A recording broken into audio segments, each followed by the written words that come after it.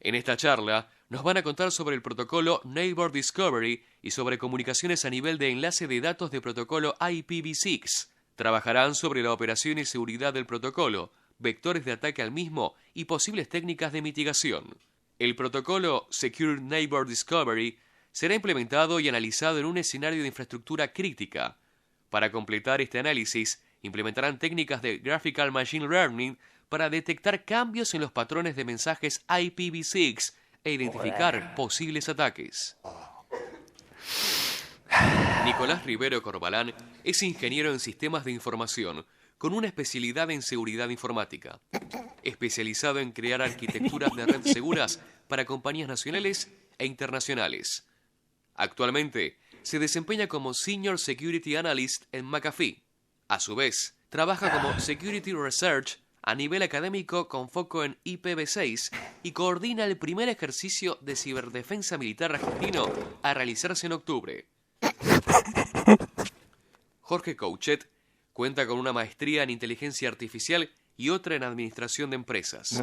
Actualmente trabaja en McAfee como arquitecto Senior Scientist, implementando algoritmos predictivos dentro de proyectos de Machine Learning a gran escala con la finalidad de resolver problemas de ciberseguridad. Eduardo Casanovas es ingeniero electrónico, especialista en telecomunicación, especialista en criptografía y seguridad teleinformática, máster en ciencias de la ingeniería, investigador categorizado en el régimen personal de investigación y desarrollo de las Fuerzas Armadas. Trabajó durante 9 años en Intel Corporation y durante los últimos 5 años se desempeña como CEO y cofundador de Security Consulting Group. Buenas. ¿Cómo va?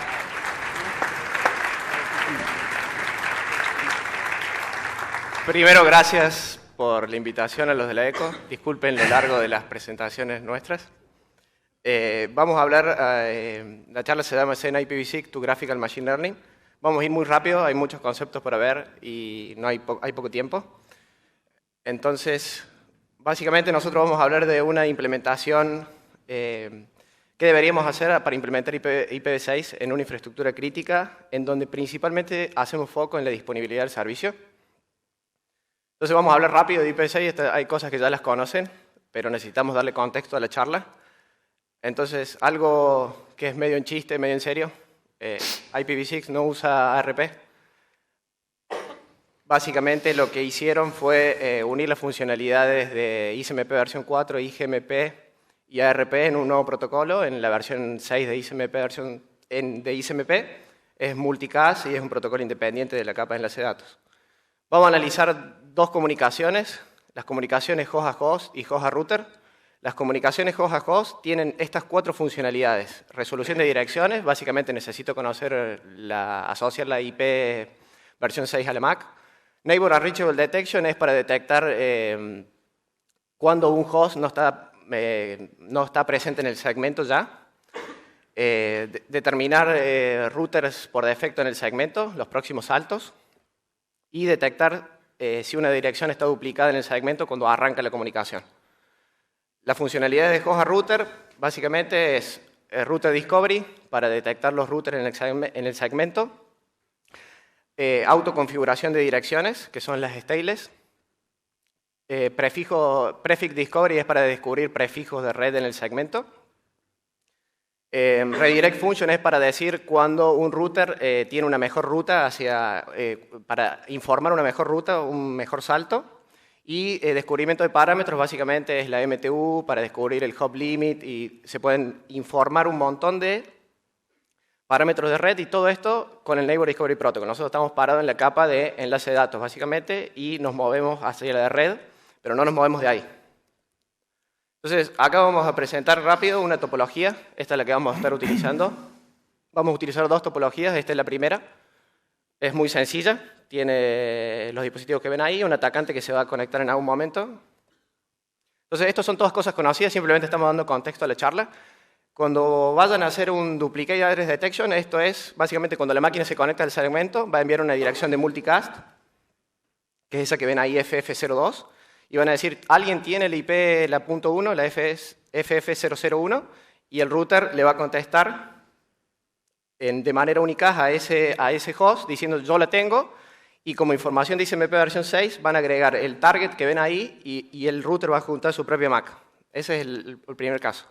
Después, una vez que ya ha configurado su dirección el host, va a enviar, cuando por ejemplo querramos hacer ping o una conexión al router, lo que va a tratar de hacer es completar el Neighbor Discovery Cache. Básicamente va a enviar esa petición en multicast que se llama Solid Not Multicast Address, esa F002 que ven ahí. Básicamente es un /124 y le va a agregar los últimos 24 bits del host destino, en este caso es la punto .1, así que van a ver el 1 allá. Y le va a decir, che, yo quiero conocer la dirección del target ese y te adjunto mi MAC. El target le va a responder de manera unicast y le va a decir, yo soy el 01, van a ver el target y les pasa la MAC. Después, una vez que los hosts se han descubierto en el segmento, viene el proceso NUD. El NUD básicamente es lo que nosotros conocemos tradicionalmente, es una petición unicast y devuelve todo esto se hace con dos paquetes. Básicamente un host envía un Neighbor Solicitation y recibe un Network Advertisement. Luego tenemos los paquetes de Router Solicitation y Router Advertisement. Entonces, un host que se acaba de levantar en la red lo que va a hacer es va a enviar una petición al FF02 que ven ahí. Y ese 2.2 quiere decir que es un mensaje multicast que va a los routers del segmento. Entonces, envía un router solicitation y va a recibir una respuesta de distintos parámetros de red que puede recibir. Entonces, ahí le está diciendo, vas a conocer la ruta pública, esa que veíamos en el diagrama, que es la 2001, y va a tener un lifetime de la ruta, eso quiere decir que es una ruta válida, y te adjunto mi MAC. Esos son los parámetros mandatorios para armar una comunicación a nivel de enlace de datos. Entonces, vamos a ver rápido los vectores de ataque. Entonces nosotros, parados en el Neighbor Discovery Protocol, tenemos dos tipos de vectores de ataques. Los distribuimos de acuerdo a la comunicación que afectan. Si afectan la comunicación host a host, host a router, o transversalmente de los distintos paquetes. Entonces ahí ven un poquito el diagrama general. Esa clasificación la pueden ver en la RFC del Neighbor Discovery Protocol. Recuerden que estamos parados en las capas inferiores y hay un montón de ataques que se pueden hacer una vez que se arma el stack de IPv6. Entonces, ahora estos son un poco los ataques básicos que hay en IPv6. Son todos conocidos, estos pueden usar las tools. Acá en Buenos Aires, Gont tiene tools, después está de Hacker Choice, pueden usar. Lo importante, lo que nosotros queremos decir con esto es el contexto de qué tipo de paquetes estamos analizando. Entonces ahí van a ver arriba uno de spoofing, van a ver un malicious lag hop router, que básicamente puede ser cualquier actividad que hagamos definiendo rutas o borrando rutas, y un ataque del tipo relay para denegación de servicio. Entonces, esto lo pueden hacer con los tools que les mencionaba recién, es algo muy conocido, pueden usar SCAPI, esos son los paquetes mandatorios para hacer el spoofing de NNA, es lo que venimos hablando. No quiero perder mucho tiempo en esto porque es algo conocido, para hacer un ataque del tipo relay, y este es un ataque de malicious lag hop router. Básicamente ahí lo que está haciendo la máquina es en la primer trama le está borrando la ruta por defecto y en la segunda trama le está diciendo, che, vení a este nodo, a esta red 2001 por mi equipo. Entonces, bueno, este sería el paquete de escape. Hacemos una demo muy rápida para que vean. Básicamente, esto es conocido, pero ahí van a ver la... ¿No se está viendo? Ahora sí. Entonces, ahí lo que están viendo es el Neighbor Discovery Cache, que es donde se arman las relaciones, y esta es la tabla de enrutamiento. Entonces, básicamente, si ustedes acá hacen un trace a esa ruta, nosotros ya lo ejecutamos al ataque. Básicamente estamos pasando por el equipo 9, que es el atacante. Entonces, ahora el contexto de la charla es, nosotros pusimos sensores. Nosotros denominamos sensores a ver si se ve. Bueno, volvimos para atrás, disculpen. El problema de hacer las demos en vivo. Entonces, básicamente nosotros pusimos sensores que hicimos mirror de los switches y agarramos todo el tráfico durante un periodo de tiempo para estos ataques. Entonces, ahora... las técnicas de hardening, les voy a mencionar rápido cuáles se usan. Hay un montón de técnicas de hardening. Básicamente, el problema de las técnicas de hardening es que si ustedes se ponen a manipular la mensajería del Neighbor Discovery Protocol, pueden romper el normal funcionamiento de IPv6. Entonces, hay reglas que ustedes las pueden aplicar, como por ejemplo, un concepto que utilizan varios vendedores es el concepto de First Hop Security. Básicamente, lo que hacen es definir a nivel de acceso qué paquetes o no puede enviar alguien. Entonces, si vos tenés switches de acceso, vos deberías definir esos switches de acceso que nadie pueda enviar un router advertisement en ese switch, porque básicamente vos sabés que ahí no hay routers. Entonces, los problemas de todas estas reglas de hardening, ahí hay varias, es que ustedes pueden armar reglas muy básicas para determinados segmentos y ustedes imagínense que si tienen una infraestructura crítica, esta solución no escala. Entonces, no escala y pueden romper el normal funcionamiento IPv6. Entonces, bueno, ese es un ejemplo para cómo harían para cortar el Smurf que vimos hace un rato. Es algo muy sencillo. Básicamente bloqueamos las multicast y con eso anda. Entonces, los problemas que hablamos son esos. Entonces, pasamos a ver otra alternativa que es Secure Neighbor Discovery, que ahí Eduardo les va a comentar un poco. Bueno, buen día, gracias Nico. La idea ahora es transformar el mecanismo de comunicación en algo seguro, ¿sí? Para eso, Neighbor Discovery tiene la idea de generar esta funcionalidad de seguridad asociada a dos acciones primarias, que es la delegación de autorización, que eso lo hace sobre el proceso de discovery. El otro es un mecanismo para validar que la dirección es de un dispositivo particular, que uno es el dueño de la petición de esa dirección. En este mecanismo, lo que se utiliza, entonces, vamos a tener ahora la transformación de una dirección que antes era en formato común y ahora lo vamos a hacer a partir de una generación criptográfica de esa dirección. Estos 4 parámetros, solamente yo voy a detallar el primero. El Path Certification, en rigor, es la generación de cómo se hace la distribución de las claves pública y privada a cada uno de los dispositivos.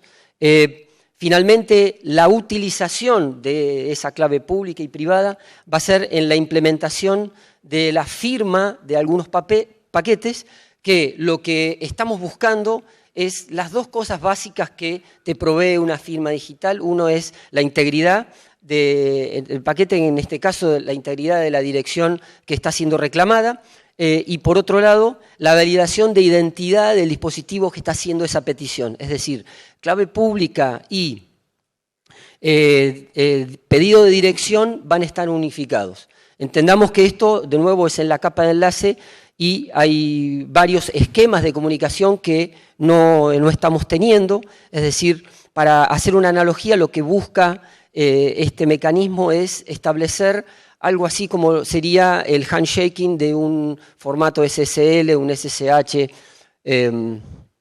bueno, una analogía, ¿verdad? Por otro lado, también tenemos, a los efectos de, como mencionaba Nico, evitar el reply attack, la utilización del timestamp y el nonce, que, de nuevo, no lo vamos a desarrollar en su totalidad porque es el análisis de cada uno de los paquetes y no tiene, por el tiempo que tenemos no lo vamos a hacer. Entonces, como les decía, la finalidad es lograr que una dirección quede, la petición de una dirección quede linkeada con un dispositivo, pero nuevamente el dispositivo que está identificado dentro de nuestra red. Ya vamos a ver cómo en este handshaking, en este intercambio, se producen algunas vulnerabilidades que ahora el Nico después en la próxima demo nos va a estar desarrollando, entendiendo que esto es un mecanismo seguro, pero fallan en algunas de las implementaciones. Como les decía, el proceso de clave pública y clave privada debe ser previo a la petición de la dirección. Básicamente tiene dos grandes momentos esto. El primero es la conformación de los parámetros de CGA, donde algunos se van a setear en 0 como el prefijo del segmento. Por otro lado, un detector de colisiones. Tampoco está dentro de este estándar la aclaración de cómo es ese mecanismo de detección de colisiones, de direcciones que ya están siendo utilizadas en la red. Si este mecanismo que se pone en funcionamiento detecta dentro del proceso hasta 3 direcciones colisionadas, aborta el proceso y hay que empezar nuevamente. Como les decía, también tenemos... Fue medio rápido. Ok, estábamos aquí. Todo esto lo logra la primera segurización utilizando una función de hash.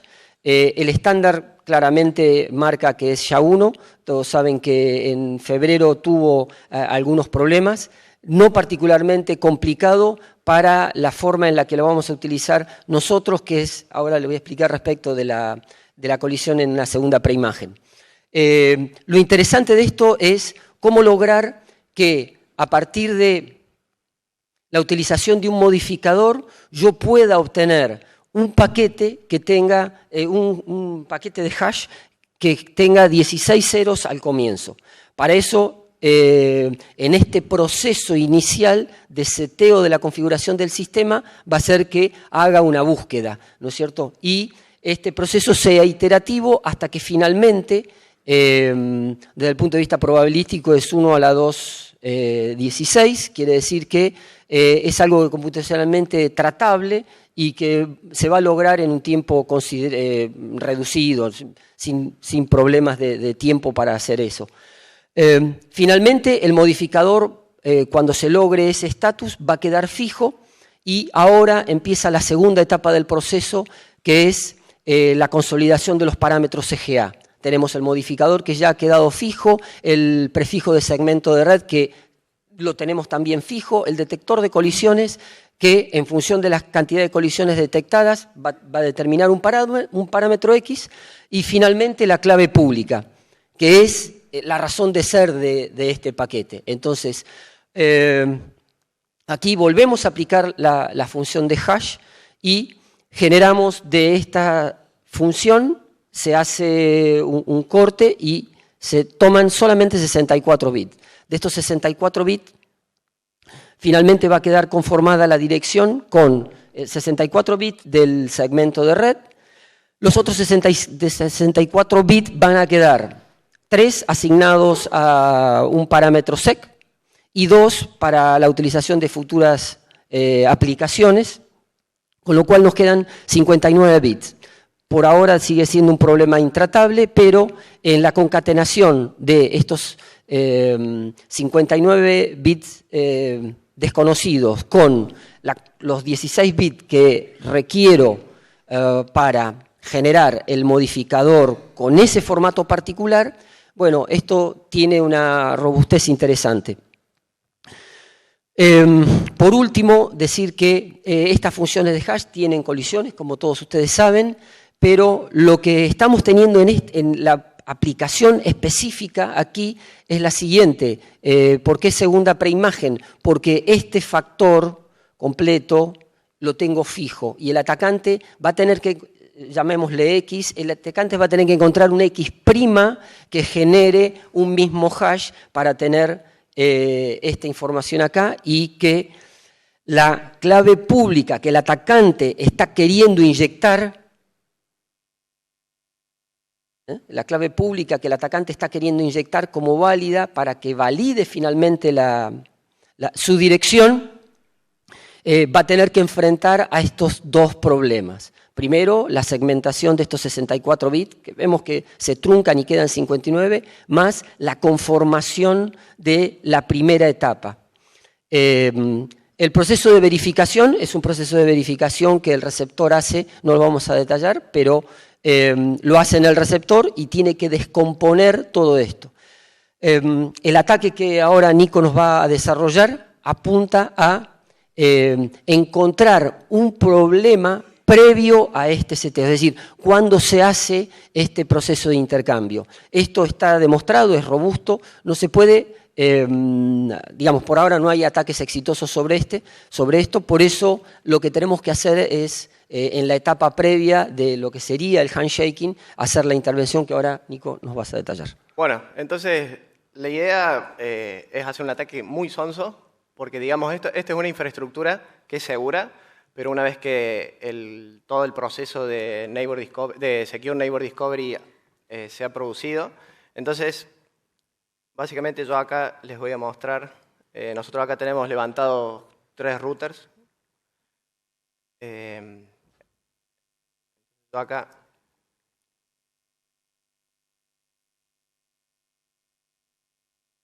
la topología, ahí se les muestro, parece que para hacer la demo vamos a sacar esto. Entonces, algo muy sencillo para hacer. Nosotros nos estamos planteando que si esto era si usar Send era una opción segura. Encontramos varios problemas. Primero, que los vendedores no son compatibles los protocolos. Hay muy pocos vendedores que lo implementan. Yo acá básicamente estoy usando unos routers de Cisco. Entonces, ustedes no lo van a poder escalar si implementan versiones de distintos vendedores. Y ustedes acuérdense de esta dirección acá que están generando, que termina en 5D66. Entonces, yo lo que voy a hacer ahora es... Vamos a ver si les puedo compartir acá. Por eso me perdió el mouse. Entonces, básicamente, yo voy a apagar este equipo. Como les comentaba Eduardo, hay un problema en el arranque de esto. Entonces, básicamente, yo lo que vamos a hacer, porque queremos ir rápido a Machine Learning, es en el atacante.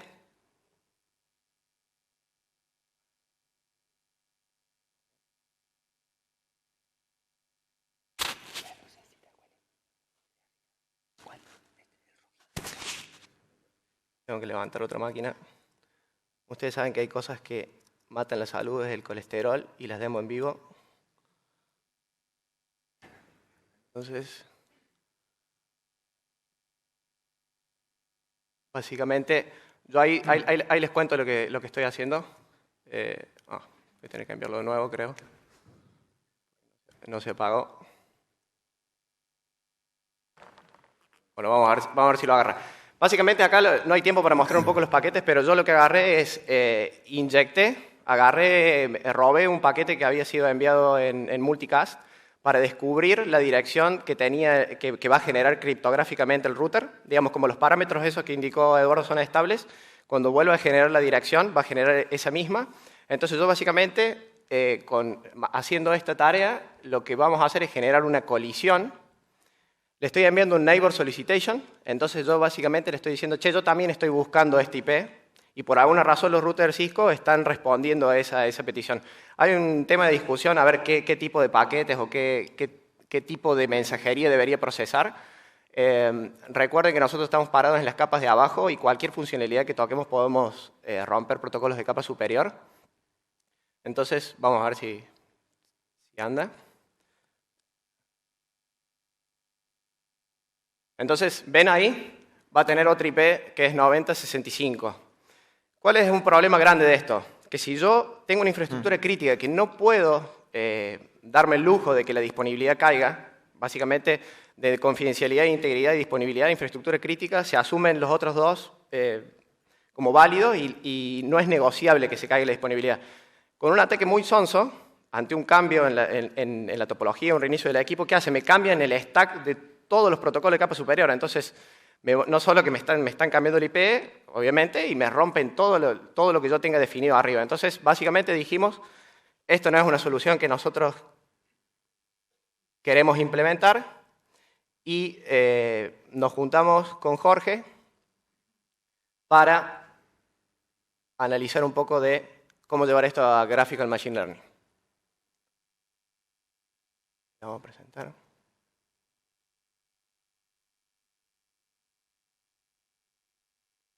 Bueno, tengo un problema que me arranca de cero.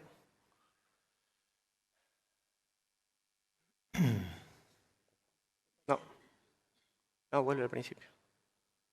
No me toma. Sí.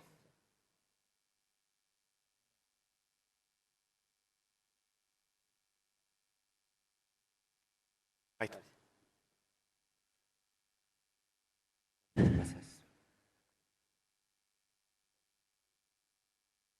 Bueno, yo soy Jorge y lo que están viendo ahí es un tipo especial de grafos, que es lo que vamos a ver ahora. Vamos a hablar un poco de grafos.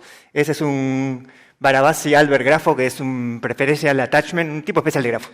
Hay muchos tipos de grafos, ahora vamos a ver un poquito. Entonces, la teoría de grafos tiene más o menos unos 280 años y empezó con Euler, que Euler lo habrán visto bastante por todos lados, y resolvió un problema, había un problema que tenían ellos en la ciudad de Königsberg, que básicamente, lo pueden ver como isla, no eran isla, pero la ciudad está entre un río, está a ambos lados, y hay masas de tierra, ¿sí?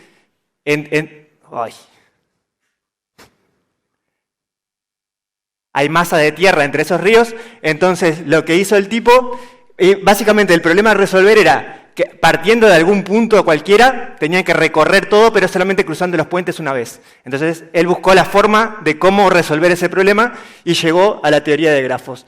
Y grafo básicamente lo pueden ver como un conjunto de vértices y un conjunto de edge, o aristas, ¿sí? Entonces, ¿por qué son importantes los grafos? Justamente fue lo que hizo Euler y lo que vamos a hacer nosotros. Les provee una abstracción al problema. O sea, tienen un problema complejo. De ese problema complejo ustedes sacan todas las partes que no son críticas para resolver ese problema y se quedan únicamente con las partes que son importantes para ese problema. Y como es un problema mucho más simplificado, pueden aplicar algún tipo de... estudiar ese problema y desarrollar una teoría sobre eso y usar esa teoría para resolver cosas interesantes. Entonces, por ejemplo de esa abstracción es... tienen un conjunto de películas, ¿sí? Y quieren hallar las películas que son similares entre ellas, y suponemos que definimos una función de similaridad entre películas. Por ejemplo, tenemos los perfiles de los usuarios y podemos decir que dos usuarios son similares o no. Entonces, películas similares van a ser aquellas que la vieron usuarios similares, por ejemplo, ¿sí? Entonces, una vez que tienen las películas y esa función de distancia, empiezan justamente el proceso de abstracción. Dejan de ver las películas y empieza a ver un grafo. Entonces, cada nodo va a ser una película y los edges o las links van a ser las películas que son similares a esa película usando esa función de distancia. Entonces, básicamente, terminan olvidándose de las películas y se quedan con el grafo. Ese es el proceso de abstracción. Entonces, nosotros para resolver este problema usamos 3 procesos de abstracción. El primero fue llevar el tráfico de red. Esto es un ejemplo de tráfico de red convertido en grafos. Lo que hicimos es llevar el tráfico de red a grafos, ¿sí? Y después, una vez que lo tenemos, esto es, por ejemplo, FTP, 5 minutos de FTP, pero representados como grafos. Entonces, una vez que nosotros tenemos el tráfico en grafos, aplicamos una segunda capa de abstracción sobre este problema.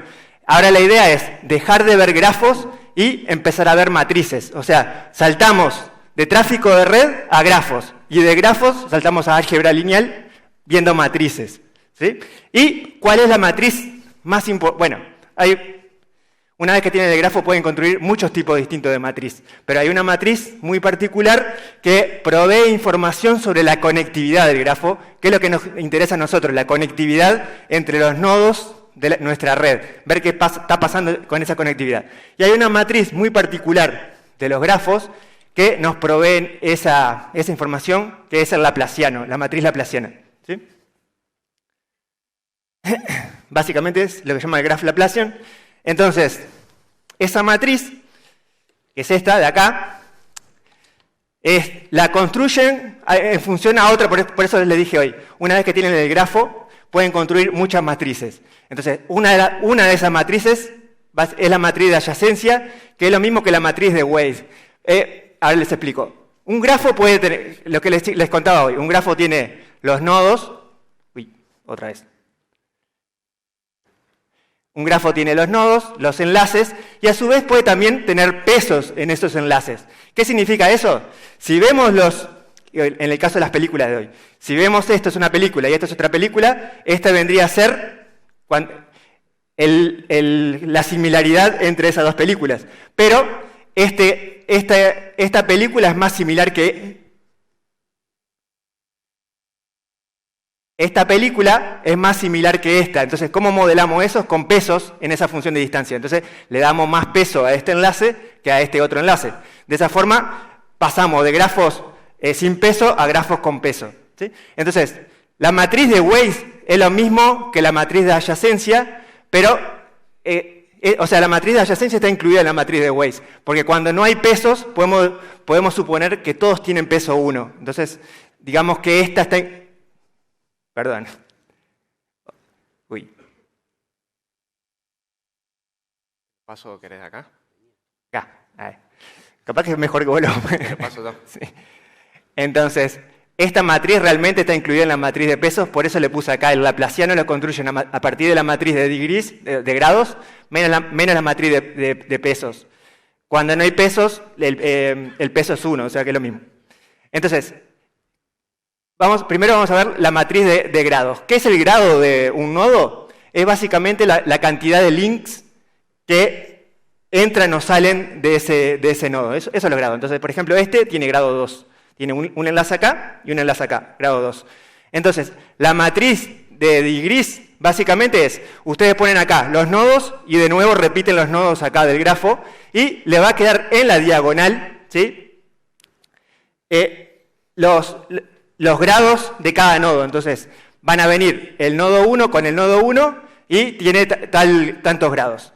El nodo 2 con el nodo 2, tantos grados. Y los otros nodos y las otras posiciones de la matriz van a ser 0. Entonces, la matriz D es una matriz diagonal donde solamente están los grados de cada nodo. Y después, la matriz de Waze, ¿sí? Es, de nuevo, repiten la misma operación. Nodos acá y los mismos nodos acá. Entonces, voy acá... Voy nodo 1 con nodo 1. ¿Hay algún self-enlace, algo así? O sea, si no hay self-enlace, entonces básicamente pongo 0 ahí. Si hay un nodo 1 con nodo 2, hay un enlace con eso, pongo el peso del enlace. Y así voy construyendo la matriz de Waze. Cuando es la matriz de adyacencia pura, únicamente ponen un 1 o un 0. ¿Hay enlace o no hay un enlace? Peso 1. ¿Sí? Es lo mismo. Solamente que cuando hay pesos, en vez de 1 ponen el peso. Y el laplaciano básicamente es restar estas dos matrices.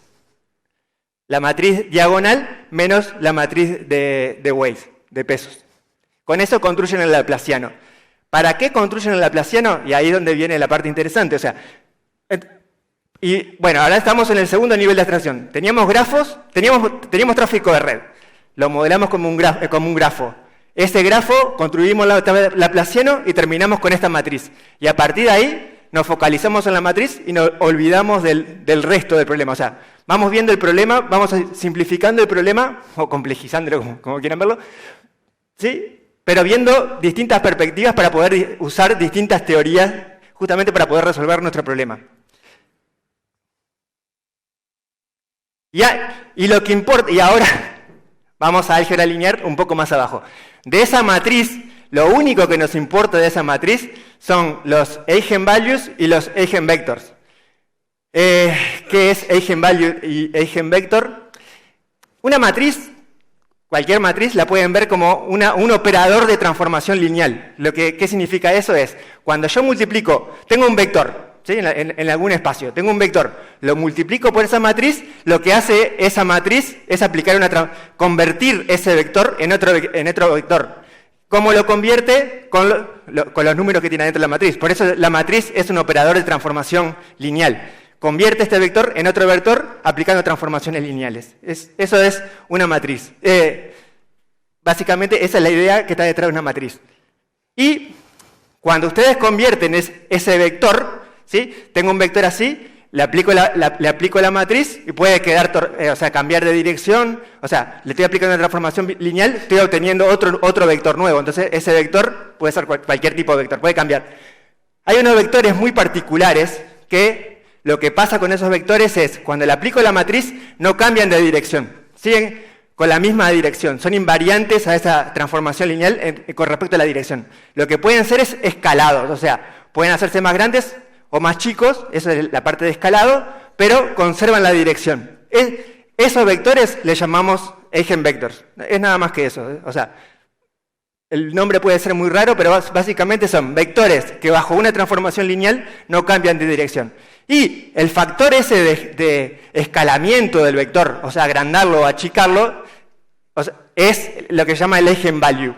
Cuando le aplico la matriz, ese vector conserva la dirección, pero se achicó o se agrandó, o sea, multipliqué el vector por un valor. Ese valor es el eigenvalue. ¿Por qué el nombre de eigen? La gente que desarrolló esta teoría eran alemanes. Eigen viene distintivo o algo así.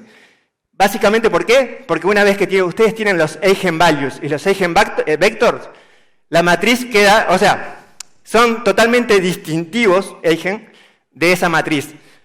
Si yo tengo la matriz, unívocamente tengo los eigenvalues y los eigenvectors, y al revés. Si tengo los eigenvalues y los eigenvectors, tengo la matriz. Y básicamente lo que dice esto es la eigendescomposition de una matriz. Una matriz esta matriz original la puedo expresar como esta otra matriz, ¿sí? Que básicamente Q son los eigenvectors, cada columna de esa matriz son los eigenvectors, esto que le expliqué, los vectores estos que no cambian de dirección, y A tiene los eigenvalues en su diagonal y todo lo demás es 0. Entonces, esta matriz la puedo expresar como función de estas dos matrices, ¿sí? La de eigenvalues y eigenvector. Por eso le dije, una vez que tienen uno, tienen el otro. De ahí la parte de eigen. Entonces, del graph Laplacian nos interesan únicamente sus eigenvalues y eigenvectors. Entonces, básicamente, nuestro problema nos quedó acá, y de esta matriz lo único que nos interesan son eigenvalues y eigenvectors. ¿Por qué? Ahora vamos a ver por qué.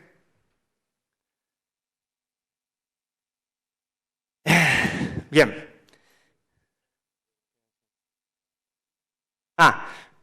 Vamos a pasar rápido a la demo porque... bueno, básicamente, ¿para qué sirve esto? Porque usando esos eigenvalues y eigenvector puede encontrar los clústeres dentro de un grafo, ¿sí? Entonces, y esos clústeres, por ejemplo, en el caso de las películas, puedo encontrar grupos de películas similares o, dependiendo del dominio, lo que interese. Entonces, y esto es spectral clustering, usando los eigenvalues y eigenvectors de las matrices. Lo otro que se puede hacer es PageRank, que, de nuevo, utiliza los eigenvalues y eigenvectors, pero de otra matriz. La matriz de adyacencia estocástica, básicamente. Usando eso, obtienen la importancia de cada nodo en ese grafo, que es lo que usamos nosotros. ¿Sí? Y entonces, la demo.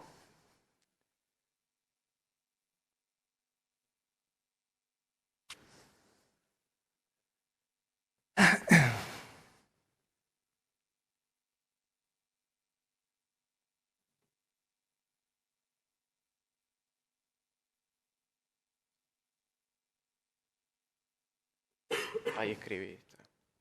Ok. Bueno, entonces, básicamente, yendo a los niveles de abstracción que le decía hoy. Uy, y esto. ¿Tenés mi teclado?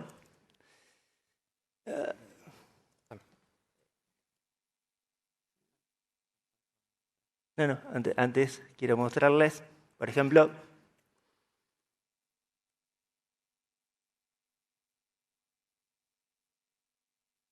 Bueno, entonces, este es el tráfico de la red esa que armó Nico. Entonces, este es el tráfico que tenemos. Él me hace el vuelco de este tráfico y nosotros lo que hacemos es, agarramos este tráfico, lo parseamos y construimos el grafo. Sobre ese grafo extraemos la matriz y sobre esa matriz calculamos eigenvalues, eigenvectors, aplicamos un algoritmo, el de PageRank, usando eso y obtenemos básicamente los nodos, la importancia de cada nodo en la red. Entonces, esos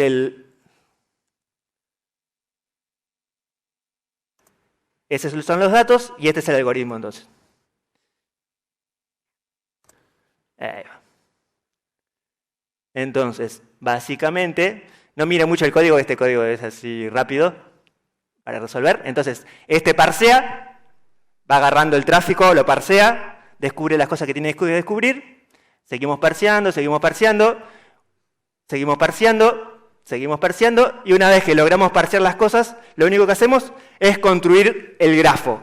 Growth Graph va agregándole link y enlaces a medida que va descubriendo cosas dentro del tráfico. Entonces, hacemos la parte de crecimiento. Bueno, esta es la función que crea el grafo, ¿sí? Bueno, la corremos sobre ese tráfico que le mostré. Esperemos que corra. Corrió. Bien. Entonces, y una vez que hace eso, que abstrajimos el problema en dos capas sucesivas, tráfico de red, grafo matriz, eigenvalues, eigenvectors, lo que obtenemos, justamente lo que estábamos buscando, que es nodo y su importancia. Nodo, importancia. Lo interesante anotar acá está escalado y redondeado, o sea que probablemente no sume 100. El PageRank no me da 0, entre 0 y 1, la importancia yo la escalé, porque eso después lo uso para graficar, entonces hago proporcionar la cantidad de píxeles con esta importancia, pero por eso lo escalé, pero PageRank me da entre 0 y 1, y lo importante a anotar es que la suma de todas estas importancias tiene que sumar 1. Acá como está escalada, entre 0 y 100, tiene que sumar 100. ¿Sí? Acá está redondeado, entonces puede que dé una diferencia de 1 o más, básicamente, o menos 1. Pero entonces, esto es lo que estamos buscando. ¿Para qué tenemos esto? Y ahora, acá usamos el tercer nivel de abstracción. Sucesivamente vamos usando distintos tipos de abstracciones dependiendo del problema que queremos resolver. Acá lo que queremos detectar es si hubo un ataque o un cambio de configuración, que eso es legal, pero puede haber ataques.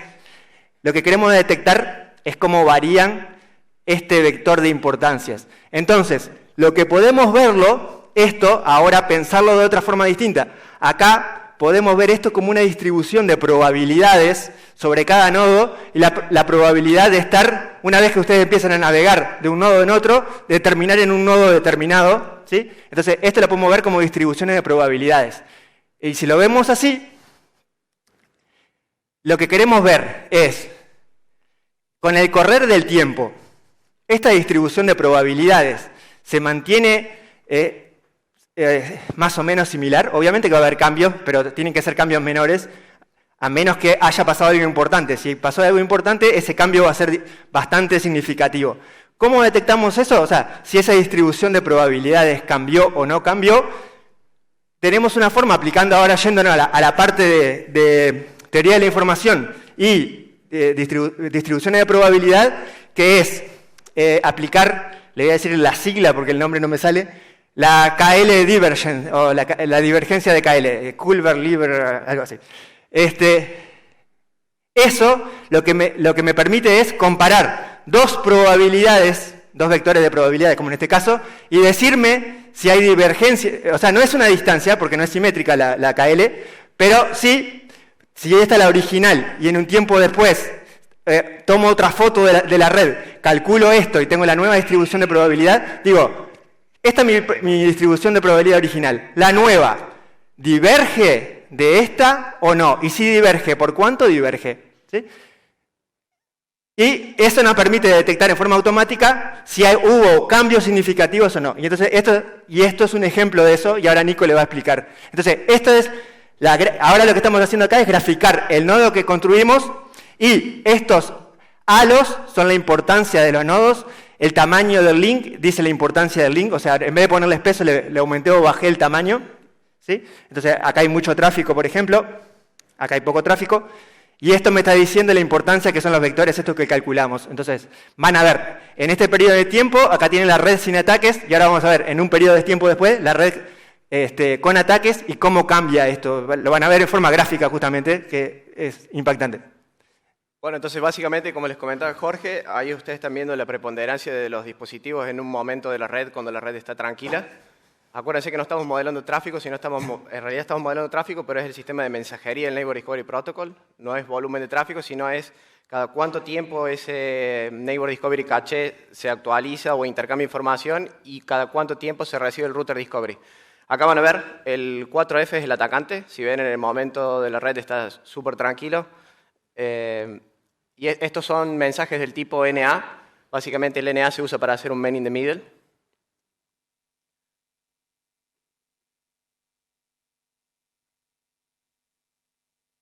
Entonces, cuando llegue el momento del ataque, ustedes van a ver la aureola que tiene el 4F, cómo ganó preponderancia de la red del atacante. Ah, se movió. Cómo ganó preponderancia el atacante, y cómo el sistema de mensajería, el NAS que está enviando, empezó a interactuar con el host, que es el que tiene la aureola más grande, básicamente porque le está tratando de hacer un man in the middle. Entonces, si ustedes ven, lo difícil de detectar este tipo de ataques es que básicamente los equipos de ahora están trabajando de capa 4 a capa 7, se están olvidando un poco de las cosas que hay abajo. Entonces, nosotros tratamos de modelar con Machine Learning, como les comentaba Jorge. Básicamente acá estamos aplicando PageRank, este tipo de situaciones que tenemos. Entonces, acá hay otro caso en donde ustedes ven cómo la red, este que ven acá es el default gateway, es el router. Entonces ustedes ven cómo el router se lleva mucho de la mensajería porque básicamente tiene que armar las capas de enlace de datos. Y este es un servidor web que tenemos. Y acá el atacante está tranquilo. Acá lo que hicimos fue empezar a... Esta es la red send. Esta es la red send para que vean que es más estable. Ahí les voy a mostrar después cómo se ve cuando le cambiamos el IP.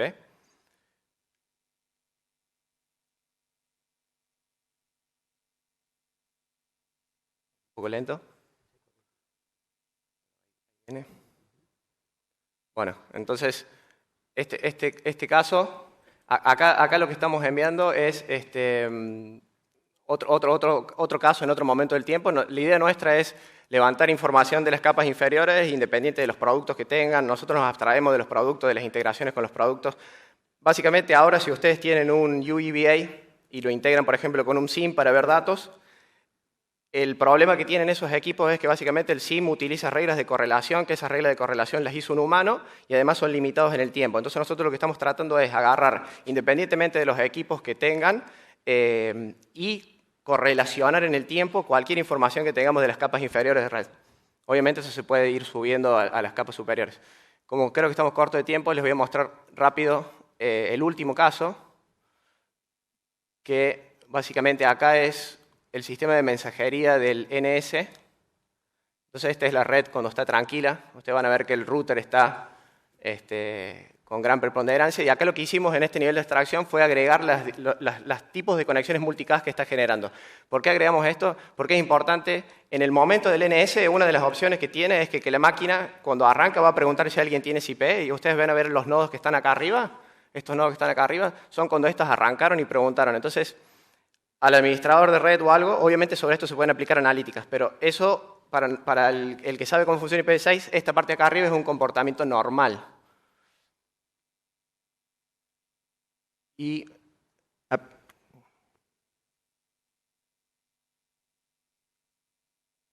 ahora en este de acá les muestro la parte de send. Y acá van a ver.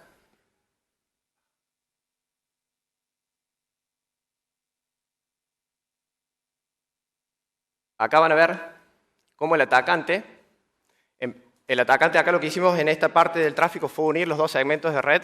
Van a ver ustedes, esta es la red send y esta es la red común. Entonces van a ver cómo el atacante empezó a intentar en algún momento cambiarle la IP a este dispositivo crítico y lo que hizo generó un volumen de mensajería que a nosotros nos parecería normal. Los atacantes pueden llegar a regular la mensajería tratando de hacerla lo más posible, lo más normal posible. Entonces, esos cambios son muy difíciles de implementar. Y si ustedes tienen un Next Generation Firewall, un Next Generation IPS, lo que van a hacer es trabajar de capas 4 para arriba, generalmente, y si se ponen a tocar un poco la mensajería de IPv6, probablemente rompan el stack de arriba, los que utilicen el stack del Neighbor Discovery Protocol. Entonces, básicamente, la idea nuestra es, no sé, Jorge, ¿querés comentar un poquito de Deep Learning? Sí. O sea, Esta aproximación, o sea, estos niveles de abstracciones que usamos tan buenos nos permiten detectar en forma realmente, o sea, automática. Acá lo ven Tenemos un minuto, Jorge. Visualmente lo ven, pero esto por debajo, usando la KL de Diversion, detectamos, pero tiene un problema. En redes grandes, calcular estos algoritmos de grafos es pesado y hay que hacerlo por tomar fotos cada X tiempo, ¿no? Para detectar a ver si cambió de forma significativa o no. Entonces, eso es muy pesado. Lo que estamos haciendo ahora es, usando esto como punto de partida y creando otro nivel de abstracción, pero ahora usando Deep Learning sobre esto, ¿sí? Que nos permite detectar, o sea, lo mismo, pero en forma muchísimo más eficiente, ¿sí? Usando GPUs. Entonces, lo que estamos laburando ahora es justamente en eso, en pasar de este nivel de abstracción a la parte de Deep Learning para hacer esto mucho más eficiente.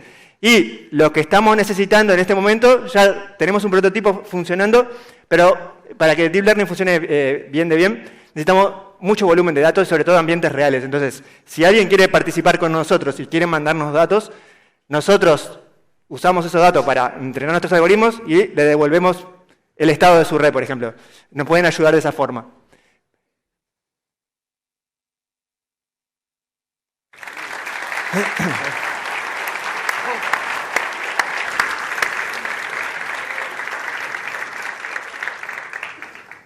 ¿Preguntas? Estamos afuera, nos sacan. Así que cualquier cosa fuera del escenario nos preguntan. Gracias.